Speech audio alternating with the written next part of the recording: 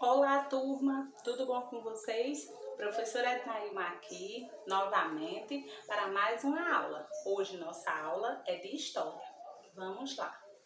Na aula de História de hoje, vamos continuar falando, seguindo as nossas outras aulas. Começamos falando da pré-história, depois vamos falar sobre o período paleolítico e período neolítico. E agora, na sequência, vamos falar da agricultura e os grupos organizados pós período neolítico, já no finalzinho do período neolítico.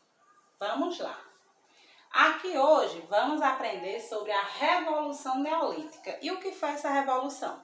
Essa Revolução Neolítica aconteceu naquele momento em que os povos daquela época começaram a investir na agricultura. Eles focaram na agricultura, na produção dos alimentos, e aí eles começaram a se fixar num lugar, não é isso? Eles passaram a morar num lugar, a construir famílias, a juntar grupos, produzindo a agricultura e a criação de animais.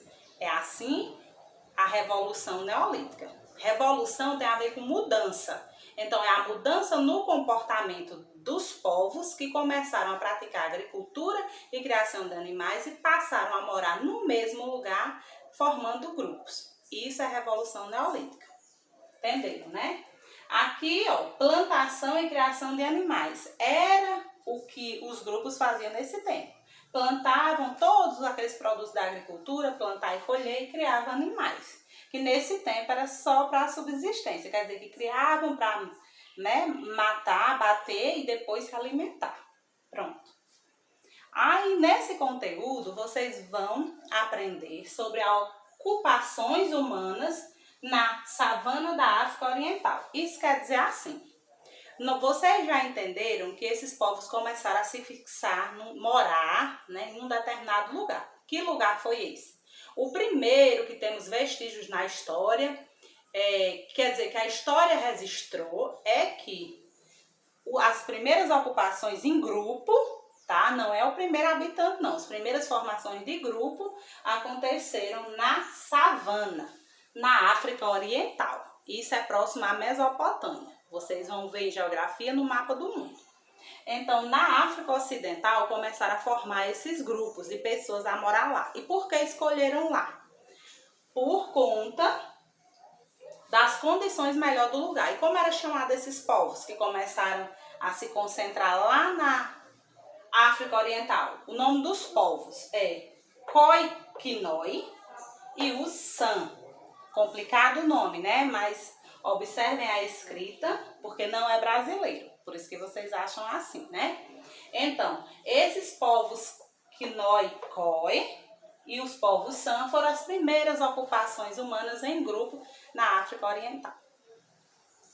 E aí, onde eles se localizaram? Eles ficaram, né, próximo aos rios. Olha o nome dos rios. Rio Nilo, Rio Tigres e Rio Eufrates. Eram os rios que eram próximos à Mesopotâmia, aqui na África Ocidental.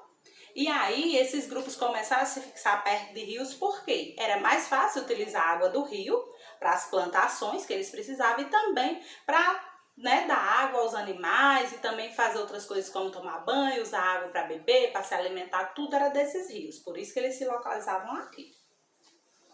Outros povos que surgiram nessa mesma época é chamado povo Arapa.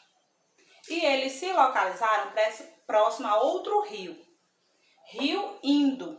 Esses povos aqui têm uma diferença neles. Enquanto esses povos aqui, Khoikhoi e os San, só utilizavam agricultura e criação de gado, esses povos aqui, próximo ao Rio Indo, o povo Arapa, além disso, né, além da agricultura e da criação de animais, eles também praticavam a metalurgia e o comércio. Então, eram povos mais inteligentes, mais desenvolvidos.